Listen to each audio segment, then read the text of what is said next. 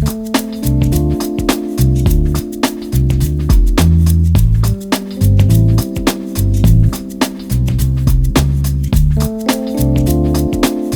folks, welcome to the Dave Sussman Show, Whiskey Politics. You can find us at whiskeypolitics.net, davesussman.com, and obviously you can find our shows at America's Voice News, our audio podcasts across all of your favorite podcast applications, including iTunes, Stitcher, GooglePlay, and the Ricochet Audio Network. And if you are not on America's Voice News, there's no reason you shouldn't be.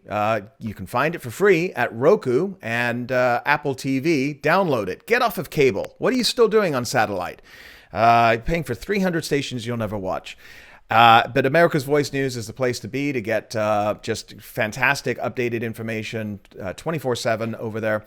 And of course, you can always find us at YouTube. And if you're not following us on YouTube, please hit the subscribe button and the notification bell. And that way you can be updated on our upcoming interviews. You may have noticed that we're also been talking the last couple of episodes about a new platform that we are on. Find us at maven.io. It's a great new site. They're getting tens of millions of unique views. It's not just politics and it's not just right wing. It's all across the map, and we're really proud to be a part of that and growing into that with them as they expand. So we are expanding, and a couple of real quick answers to some questions that I've received over the past week. Dave, noticed that you're talking about the Dave Sussman Show. Are you no longer doing Whiskey Politics? Well, Whiskey Politics is still going to be under our banner, but the Dave Sussman Show is going to be expanding to talk about a lot of different issues, not just politics.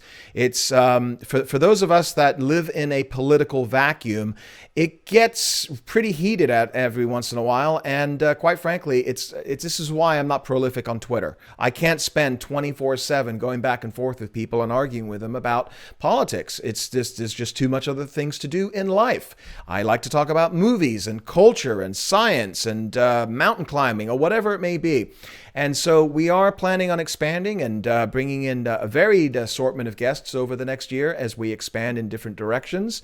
And so it isn't just going to be all politics all the time. Secondly, and one of the reasons that we precipitated this move is because we are finding, as like a lot of people are, especially on the right side of the aisle in media today, that we have been throttled. Facebook is no longer taking our advertising. We haven't been able to advertise with them for quite some time. And so, if you are right of center and political in any way in today's media landscape, and you can't ignore social media in today's media landscape, it definitely creates a challenge. So we are looking to go in a more generalized direction, but don't worry, Whiskey Politics isn't going anywhere. We still will be bringing you fascinating guests, including today's guest, which we'll get to here in just a moment, and appreciate all of your patronage. You can find us if you want to help us and support us. Everybody on our side of the aisle right now is really facing dire circumstances. We're just not getting the exposure. We are being held back. And listen, we're not one of the guys that are out there that are screaming from the hilltops with tinfoil hats. I think what we're talking about is general mainstream, right of center, libertarian thinking type stuff. And even us, we're not out there trolling people. We're not. I don't have that personality. Okay, if you want people, to yell at you, scream at you on the screen, there's a lot of people that are out there that will do that.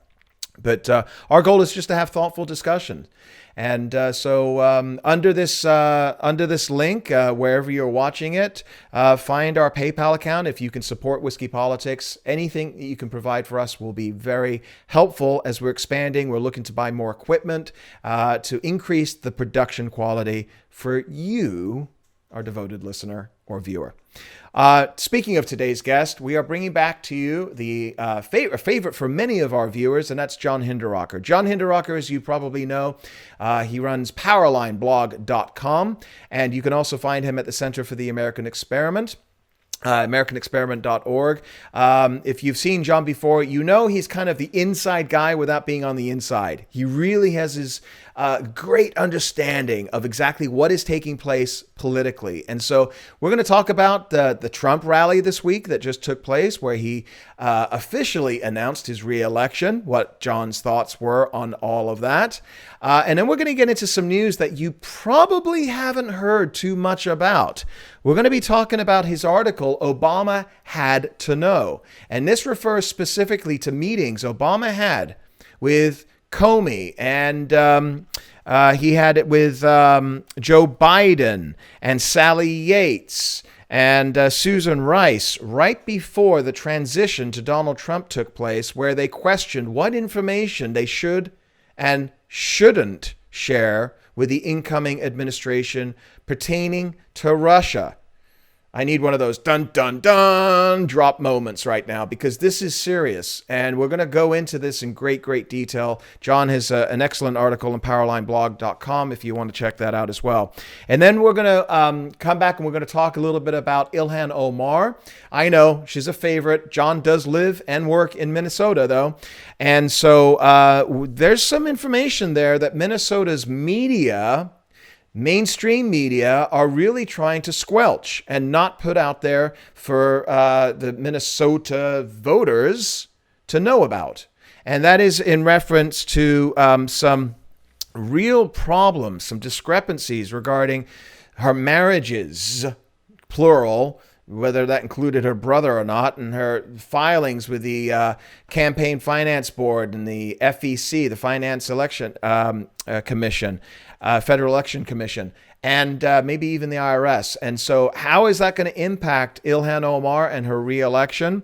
And then some great news that, again, you haven't heard about in the mainstream media regarding Trump, and that is his efforts to increase the availability of health insurance to the individual market. Now, this is something that impacts me personally. 11 million people in this country don't get employer-based health insurance. And the 11 million people that have to go on the individual market are literally being squeezed out of the marketplace onto the state agency, the Obamacare, Affordable Care Act platforms. And so what Trump just did is actually quite interesting. I think a lot of people don't know about this because, again, the media doesn't want to report anything that is going to put a good color on this administration.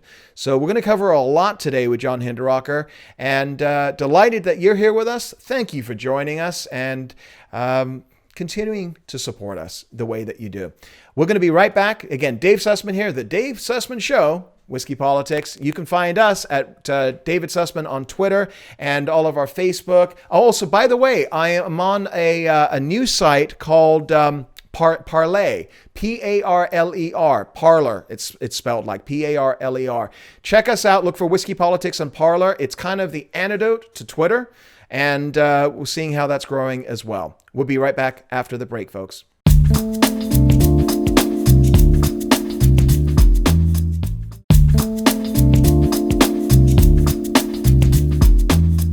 And welcome back to the Dave Sussman Show, Whiskey Politics, and delighted to have returning to us, with us, one of our favorite, I don't know if you call him a contributor or not, but certainly a wonderful guest, and you've seen him before with us and also over at powerline.com, powerlineblog.com, and the Center for the American Experiment, John Hinderaker. John, welcome back. How are you, my friend? Just great. Glad to be with you, Dave. Great. Thank you for joining us. So first of all, I just wanted to get your impression of this big rally that just took place with Donald Trump's re-election announcement. What were your initial impressions? I watched it all, Dave. I was free last night. I watched every minute of it. I loved it. You know, I'm kind of the opposite of the never Trumpers. Trump, when there was a field of like 17 or 18 Republican candidates for the nomination, whatever that number was, Trump was last on my list. You know, right. I was slow to come around, but I have really come to appreciate the guy in terms of policy. And also, he's so much fun to watch. You know, you look at that packed arena, what was it, 20,000 people in Orlando, tens of thousands more outside just there to kind of celebrate. Some people waited in line for 40 hours, I read, to get into the arena. And, it's there's no other politician who generates the kind of enthusiasm and loyalty that Donald Trump does. I just think it's really fun to see. What is it you think people are so hungry for right now, and for a politician like Donald Trump? Is it the honesty, the transparency, the fight? What do you think it is? I think it's several things, but more than anything, for conservatives, it's probably the fight.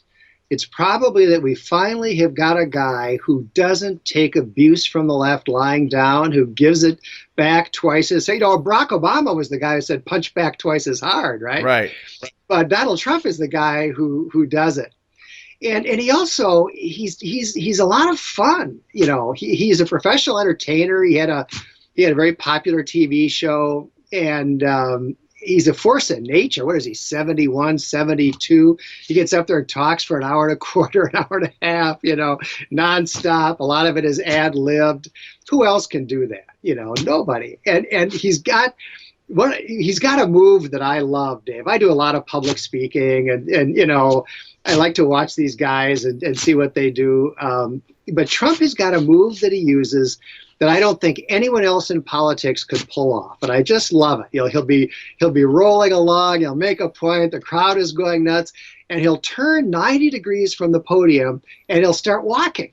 And he'll walk, 10 paces down the stage, just looking kind of serious and intent. And then he'll turn around and he'll walk back to the podium and resume his speech. That's a kind of a bit of showmanship that just makes me laugh. I just think it's so much fun to see a guy who knows how to work an audience the way that Donald Trump does. I had an interesting discussion last night with a group of friends, and we were talking about General George S. Patton and how the world has changed, obviously, since the days of, having the types of wars, the great wars that we had. And today's war, I think, is a lot more antiseptic, and a lot of people will say, well, the war is now actually fought online, and it's about the war of ideas. We haven't had a General George S. Patton, in 70 years in this country. Do you equate a Trump or that type of personality, that bravado, with somebody like a Patton who probably rubbed a lot of people the wrong way, but certainly had a lot of people want to follow him?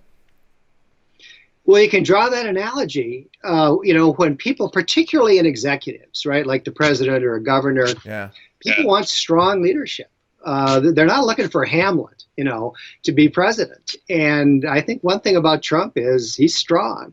And I think that draws people to him.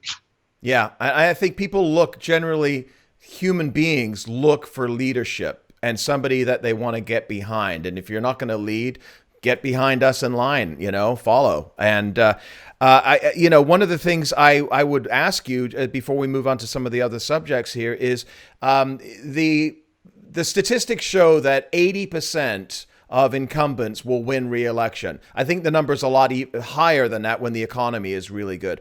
What do you think Donald Trump's greatest threats are right now to re-election? I think by far the biggest threat is that the economy starts to go south. We've had a long expansion.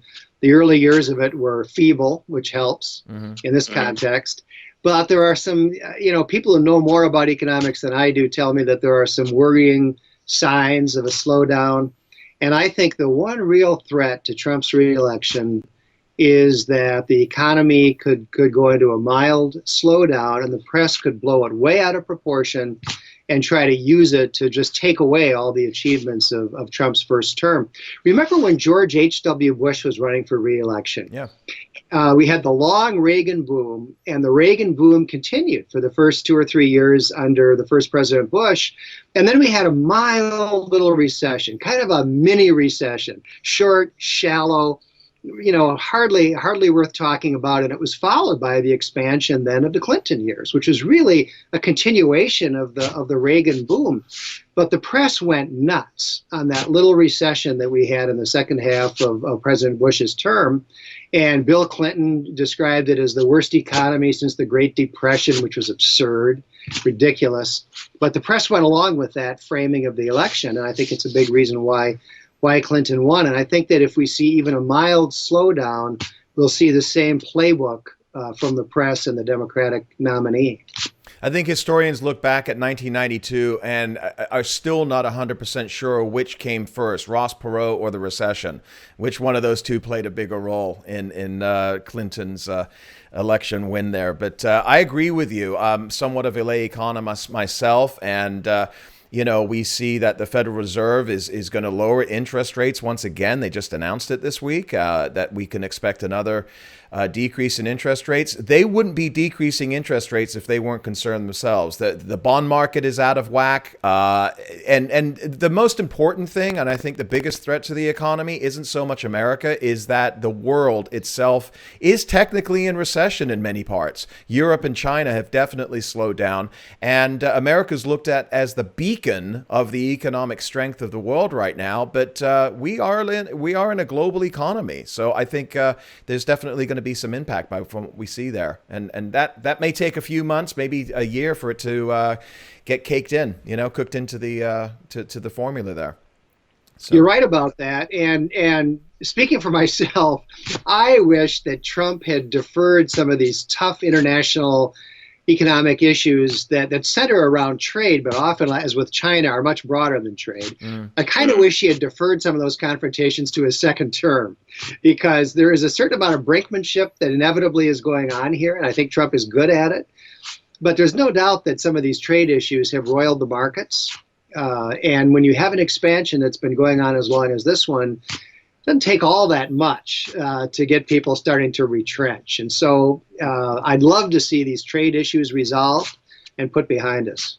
In our last couple of minutes before our first break here, on that issue, we saw Mexico come to the table this week. They're putting National Guard on the borders, and they're going to be taking back any undocumented asylum seekers from Honduras. They're going to be taking them back into Mexico. Wasn't that a really big victory? And if it was a big victory, how come we didn't really hear much about it in the media? I know the answer, but... We could give the answer in unison, Dave. Well, let me put it this way. It's a big victory if it sticks, if it happens. If right. The Mexicans really stop this ridiculous exodus from Central America all the way through Mexico. These people have to go a long way. Mexico's a big country, south to north. And that wouldn't be happening without the connivance of Mexican authorities. And so if it really happens that Mexico cuts off that exodus from Central America, that's a huge deal. Why are we not hearing about it? We're not hearing about it because the press is pro-exodus, pro-invasion. They want to see millions more come streaming across the border. You really believe the media want the open borders like the Democrats, or is it they just don't want to celebrate this president? Well, I think the media want what the Democrats want. And I think in the New York Times, Washington Post, name the newspaper, is an organ of the Democratic Party. Yeah. And so if the Democratic Party has decided that it's for open borders, which apparently it has, crazy as that may seem, I think the press is just going to follow along. We've got John Hinderaker. We're going to be right back after the break, and we're going to get into some of the issues that he has up at powerline.blog. It is blog.com, powerlineblog.com. It's a fascinating site and a place you should go definitely to get your news. We'll be right back after the break. Dave Sussman here with John Hinderaker. We'll be right back.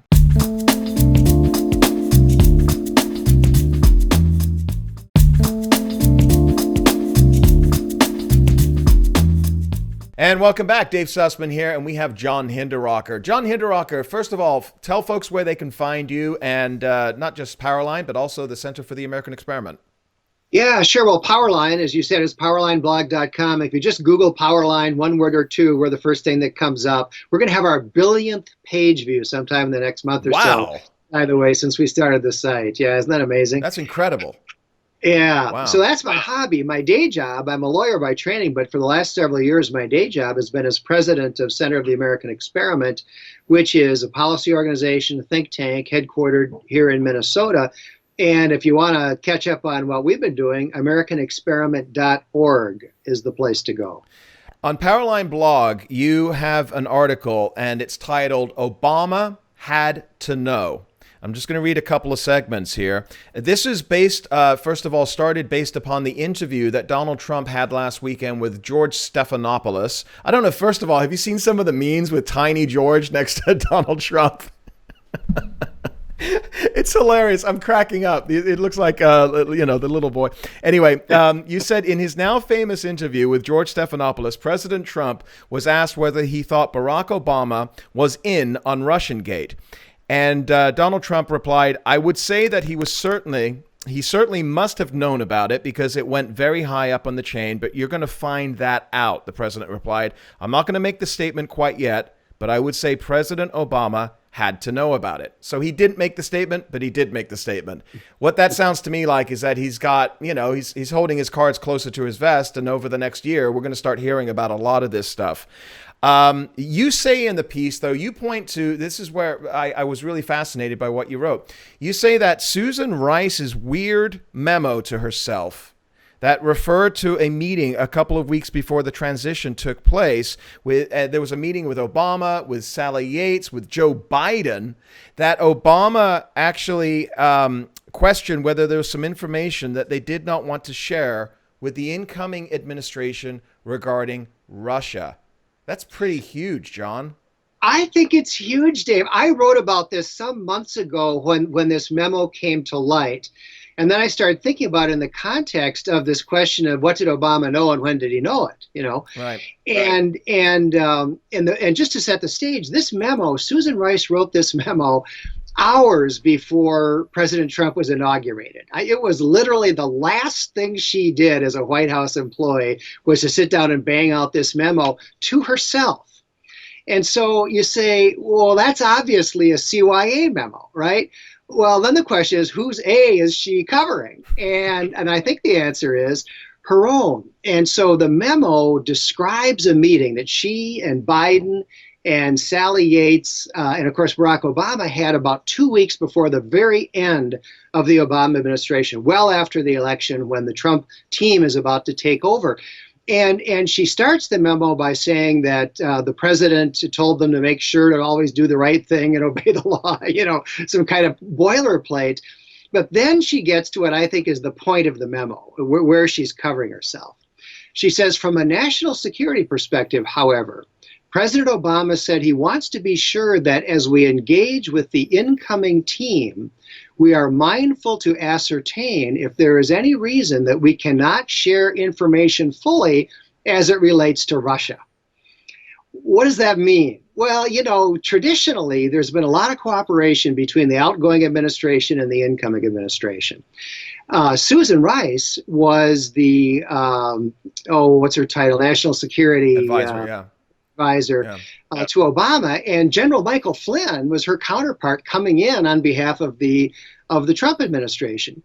And what she's documenting here, and there's another paragraph, she goes on to say the president asked Comey, and Comey was at the meeting too, by the way, I forgot to say that. The president asked Comey to inform him if anything changes in the next few weeks that should affect how we share classified information with the incoming team. Comey said he would.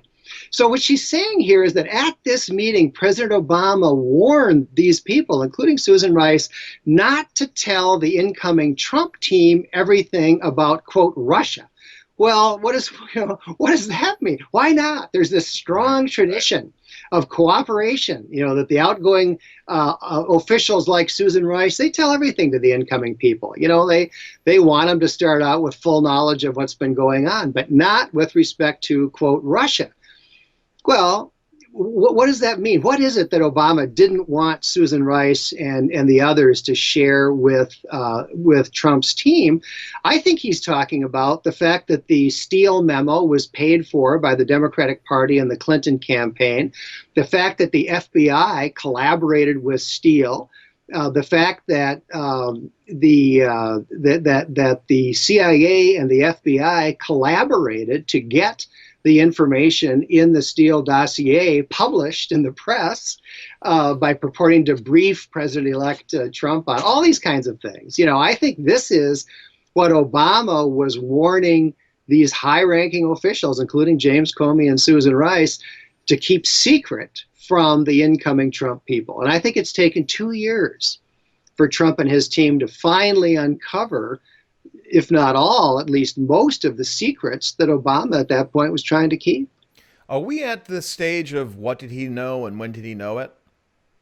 Well, I hope so. In my post, I said, I can't wait. I want people to be asking that question. What did Obama know and when did he know it?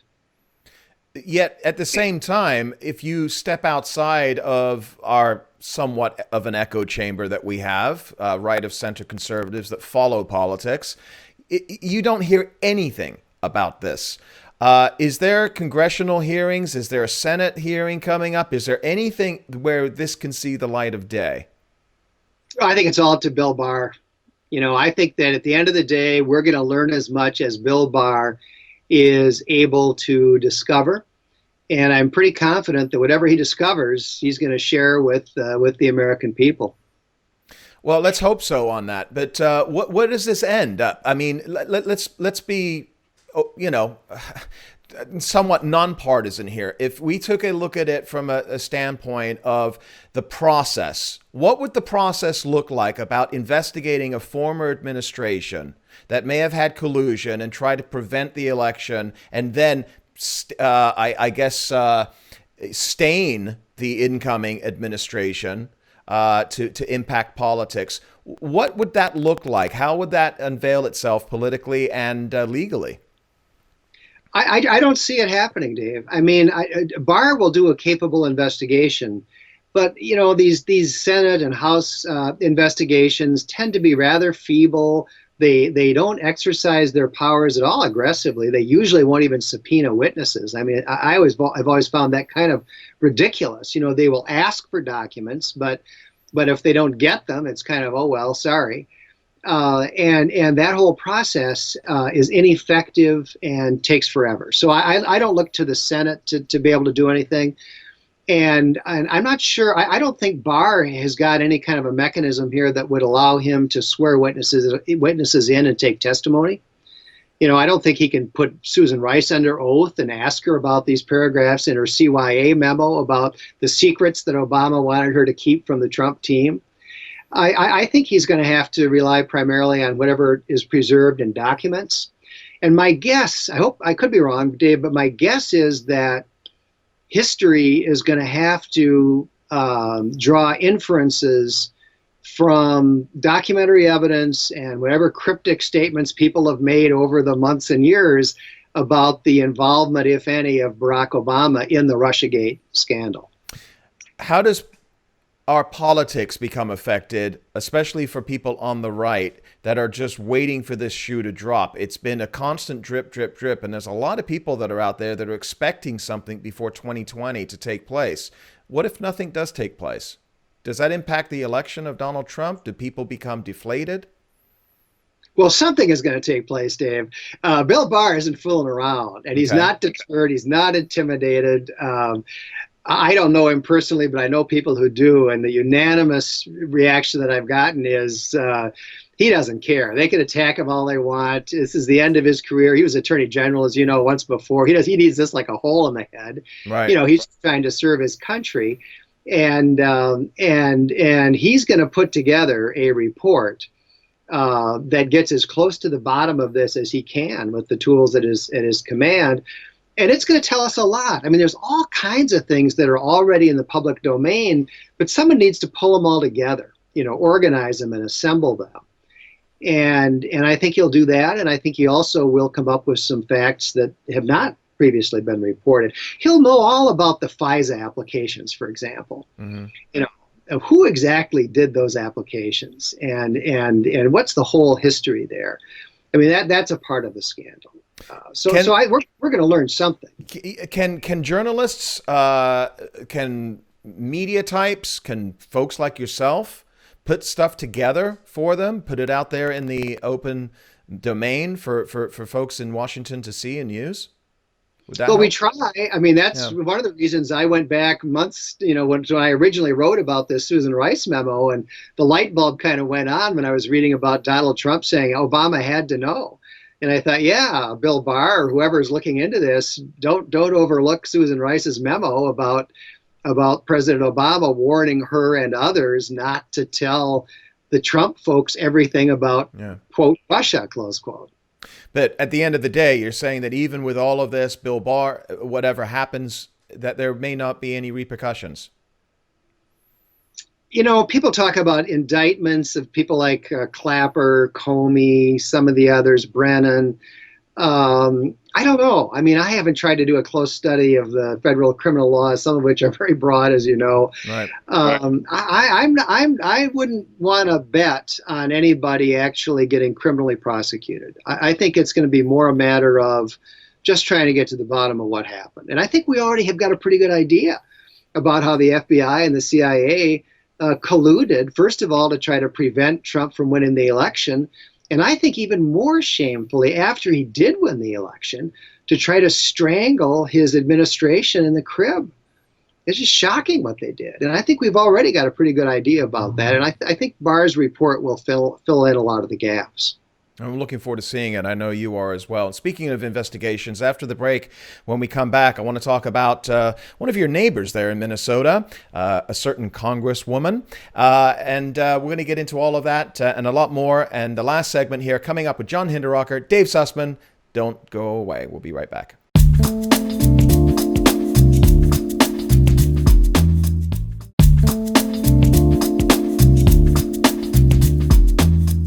And welcome back, Dave Sussman, and we are continuing with John Hinderaker, who you can find at powerlineblog.com and Center for the American Experiment.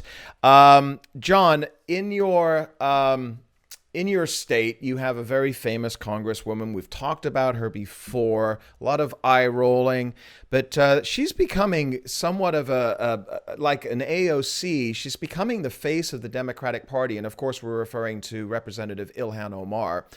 And right now, you've got an article up on Powerline blog from Scott Johnson from the mixed up files of Representative Ilhan Omar.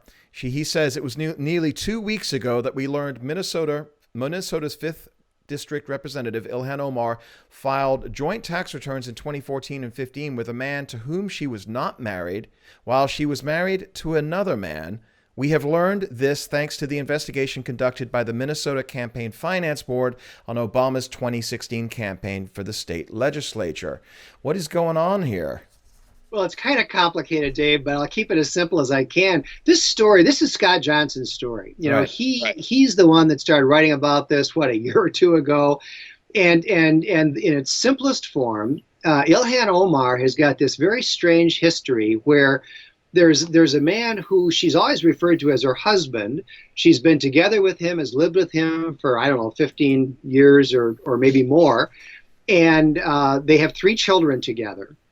But until last year, she had never actually married him. And in the meantime, in the middle of their marriage, as she was having children and so on, she married somebody else. And she remained married to that man until shortly before she finally divorced him. I think it was in 2018, and then married the man she'd been with all along. Very weird. And in the Somali community, it was widely said that the man that she married, not the one she has the 3 children with, but the one she actually had a marriage ceremony with and got a license, is her brother. And there's good reason to believe that, because on his Facebook account, he posted a picture of Ilhan with an infant and said that he had a new nephew. So, there's some reason to think that this is her brother. And the 3 of them, Ilhan, her husband, and the husband that she actually married, lived together for years. They were students together at North Dakota State. They lived together in Minneapolis. This was not a menage a trois. Nobody's saying that. I think that at all times she was with this first guy with whom she has the 3 children, whom she finally married just recently. And I think husband number 2, probably was her brother. But in any event, it was a fake marriage. It was a sham marriage, either for some immigration purpose or some legal reason why it was to his advantage to have this sham marriage in place. And so that's the background on it. And the local press here in the Twin Cities has assiduously refrained from any meaningful reporting on this story. And it's been my partner, Scott Johnson, who has kept the thing going. And the latest shoe that has dropped is that there was an investigation by the Campaign Finance Board here in Minnesota into the fact that she had used campaign funds for personal expenses, including paying for her own divorce, when she finally divorced the husband number two, the guy that she was never really married to, right? And so she got held responsible and fined, for some campaign finance violations. And in the course of that, they obtained her tax returns for the years, I think it's 2014 and 2015. And she filed joint income tax returns with, I'll call him her real husband, the guy she never got around to marrying, but with whom she had the 3 children, in both of those years, while she was actually married to husband number 2. So these are obviously illegal tax returns, and nobody knows. My guess is she filed joint tax returns with husband number 1 for, those are the 2 years that the Campaign Finance Board obtained. But my guess is it goes way back, that for years she was filing joint returns with the guy that she was not actually married to, even while she was in fact married to someone else. And so, Scott has been trying to shame the Minneapolis Star-Tribune, the dominant media outlet in this town, into covering the story. And it's really extraordinary how the press has run interference. Can you imagine if this was a Republican congresswoman, with this kind of a history, and these 2 marriages, this apparently fraudulent marriage, the filing of tax returns, with the wrong guy, from a legal perspective. This would be page 1 news everywhere. Yeah, it would be. Who's the governing body that oversees this? You mentioned the Campaign Finance Board. There's the FEC, the Federal Elections Commission. There's the IRS. Who has jurisdiction on this? Oh, that's a good question. It's the state organization, the state's, what's it called? Campaign Finance Board? Campaign Finance Board, yeah. They're the ones that did the investigation. By the way, a lawyer from that board took a deposition of Ilhan Omar, which I've read. It's just pathetic. It's hard to say who's more in the dark, the lawyer or the witness. I mean, Ilhan doesn't remember anything, and the lawyer is just kind of in a fog. So the IRS could get involved because we've obviously got a filing here for goodness knows how many years of improper tax returns. And what comes out of that, I don't know. That's, I guess, up to the IRS. I don't think that the federal election body, the FEC, I don't think they would get involved, but that's a great question. She's running for Congress, and she has to file her expense reports, right? So I guess it's an annual filing, and you can go back on this is all public information. You could look for any congresswoman, man that's running. You could see what they spent on their campaign. Are they living on their campaign donations? I know a couple of people that are out there. You can see, they're going through drive-throughs, restaurants using campaign cash. You see some people doing this. It's insane. But the transparency is there.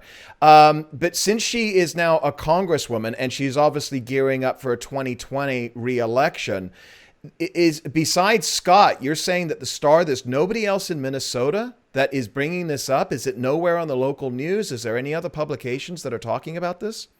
There isn't much. There's an operation called Alpha News, which is kind of a guerrilla conservative website, and they've done some good reporting on this. Somebody at, I want to say, is it Breitbart? I forget. One of the national organs has done some good reporting on it, but it's virtually blacked out on the local scene. And this is really interesting, Dave. I want to make sure I read this because, again, Scott Johnson is trying to use this to shame the Minneapolis Star-Tribune. He's written their executive editor, who's a guy that I know, would have a good relationship with. So there's an email. They put together this crisis management team in August of 2016. And it was all about Scott's original post on Powerline about the 2 husbands and their seemingly fraudulent second marriage. And they put together this crisis management team that had a couple of lawyers and a couple of other people. And one of the lawyers writes this email to the group. It's a guy named Blois has a morning newsletter that he sends out to a couple thousand political people and so forth in Minnesota. And it's pretty widely read. And so he had an item in this morning newsletter about Scott's original post on Powerline. And so this lawyer writes, does anyone on the team have a relationship with Blois? Someone should probably reach out to talk off the record and shut it down with him as we do with the Strib. The Strib being the Minneapolis Star-Tribune. And shut it down with him as we do with the Strib. This is in writing? This is in writing. This is an email. Yeah. This was part of the file of the Campaign Finance Board in their investigation. So Scott Johnson went to the Campaign Finance Board and asked to see the original underlying documents. Their report is public, and the documents are public too, but you have to go and ask to see them. And they gave him a copy. And he said, by the way, have any reporters been in asking to see these files? Nope. Holy cow. No reporters. And so here it is. Reach out to talk off the record and shut it down with him as we do with the Strib. You know, if I were the executive editor of the Minneapolis Star-Tribune, I would be deeply embarrassed by that. And I think heads would roll in my newsroom. Well, it needs to be publicized. Yeah, well, we publicized it on Powerline. Okay. It's out there. Well, you guys got quite a big following on Powerline, so if it's publicized there, I'm sure it's going to, gain a little bit of traction out there. My last question on Ilhan Omar before going to our last subject here. I noticed there was a report that came out recently that said AOC in Brooklyn, her numbers are like 11% support, that she has a lot of her constituents that are really not enjoying the language that's coming out of her and the push towards socialism and everything else. What are you finding right now with Ilhan Omar? What is the feeling there? What is it, the 5th district in Minneapolis? Yeah. Okay. Yeah, it's Minneapolis and suburbs out 1 or 2 tiers. I haven't seen any poll data, but I don't think she's been hurt, seriously. Really? I don't think so. You know, there are some circles in the Democratic Party where they talk about maybe finding someone to run against her in a primary. But all of these revelations have been fended off with the same litany. Oh, it's because I'm black. It's because I'm a refugee. It's because I'm a Muslim. They don't like me because I'm a black Muslim refugee. I mean, that's the mantra. And in the district that she represents, I think that sells pretty well.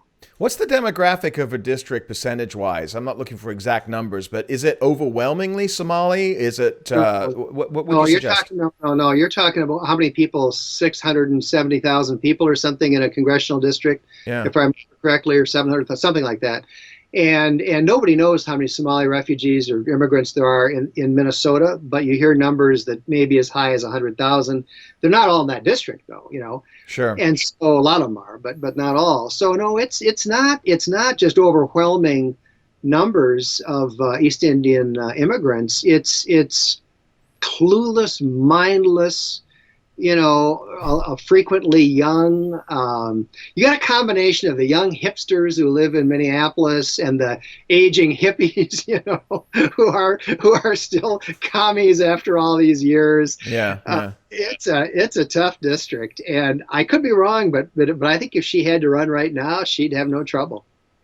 There's a part of me that actually wants her to be the face of the Democratic Party, because I don't think they win another national campaign with her and AOC being the leaders of that. But let's move on to the last issue here, and I greatly appreciate you taking the time with us, John. There's another piece that came out in Powerline, and you refer to the Trump administration making progress on health care. And you said that the Department of Health and Human Services announced a final regulation that allows businesses to fund employees who buy health insurance on the individual market, something that until now has been illegal. Tell us why this is important. This is a great example of the kind of solid policy accomplishment that's coming out of the Trump administration, and it's crickets in the press. You don't hear much about it, but it's a big development. And what's now been made possible as a result of this new rule is employers, and this is especially going to be attractive to smaller employers. Employers can take a certain amount of money, and it's tax protected, just like if you bought, employer funded insurance, group insurance. and they can simply give it to the employee for the employee to buy the health insurance that suits the employee's needs. So the employee can take this tax-protected money from the employer, go into the individual insurance market, figure out what he and his family really need by way of health insurance, shop for the best deal, and buy it. And, you might say, well, couldn't they do that all along? And the answer is no. That was never legal until now. And this is obviously, I think, something that's going to help. They estimate it's going to help something like 11 million employees, many of whom did not previously have health insurance, some of whom did not have health insurance. And it's a great move to strengthen the individual insurance market, which was devastated by Obamacare. This will be an influx of people who've got money to spend, who are actually shopping for their own insurance, which is what you want. And so it's going to be a big boon for that market. As somebody that has personally seen his rates and deductibles and everything else go up about 120% in the past 6 years. And in addition, losing the ability to, I've lost 2 doctors during that period as well, because I'm on the individual market. And so it's kind of a, you mentioned 11 million people. So we don't really have that voice, because I know a majority of people that are insured in this country are insured through their employer. And so, again, you mentioned you haven't heard anything about this. It was barely a whisper in the media, and it was in the financial media at that. A lot of people didn't hear about it. That's right. It was barely a whisper. Some of the specialized media did cover it. Right. But the other ones who covered it, at least a couple of stories that I saw, focused primarily on the Democrats' criticisms of the new rule. Politico did a piece on that. Exactly right. Right. Yeah. And they focus on it, their perspective, the Democrats' perspective, is that competition is bad, right? To be honest, Dave, I couldn't understand their critique. I read it, and it was like I just had a hard time even understanding what their point was. This seems so obviously to be a step forward to me. I just don't get it. What I took away from it was the same analogy. If I use the metaphor as the schools and private schools and charter schools and everything else, that the unions are really trying to get rid of these, right? It's all about centralized power. That's what it always comes back to at the end of the day. They just don't want the competition. That's right. The last thing they want is individual Americans having money, going out into the marketplace, doing comparison shopping and buying what's best for them. To you and me, that sounds like a good idea. Well, I think it lowers costs. I mean, that's just common sense to me. But do you think this at the when we're talking here about this new proposal that does end up lowering costs? I know he's focused on that, and he's also focused on prescription drugs as well, right? Yeah, well, I think it'll lower costs for some people, for sure, because they'll be able to go out and shop for themselves. Okay. And the more people who come into that market who've got some funding, as here from their employers, we need something to vitalize that market. That market was just devastated by Obamacare, and I think this could buoy the whole market as well as helping those individuals. I think if Trump was smart, and I do believe he is smart, I think he's politically savvy as well, he will start to focus on these issues, the healthcare issues, the business issues, and that's what they should be advertising in those swing districts. I mean, it comes down to a few districts in Minnesota and Michigan and Pennsylvania. You get those districts to swing red, you win the election. And people want to hear about this stuff that we're talking about here. So from a strategic standpoint, these are the policy issues that I think they should be talking about in those districts. But I could be wrong. No, I think you're exactly right. I mean, if you look at polling data, generally speaking, healthcare is the issue where Democrats score the best. Ironically, since their policies would be catastrophic, socialized medicine. But that's an area where the president really needs to show some accomplishments, and he can. John, again, remind our folks where they can find you and the Center for the American Experiment.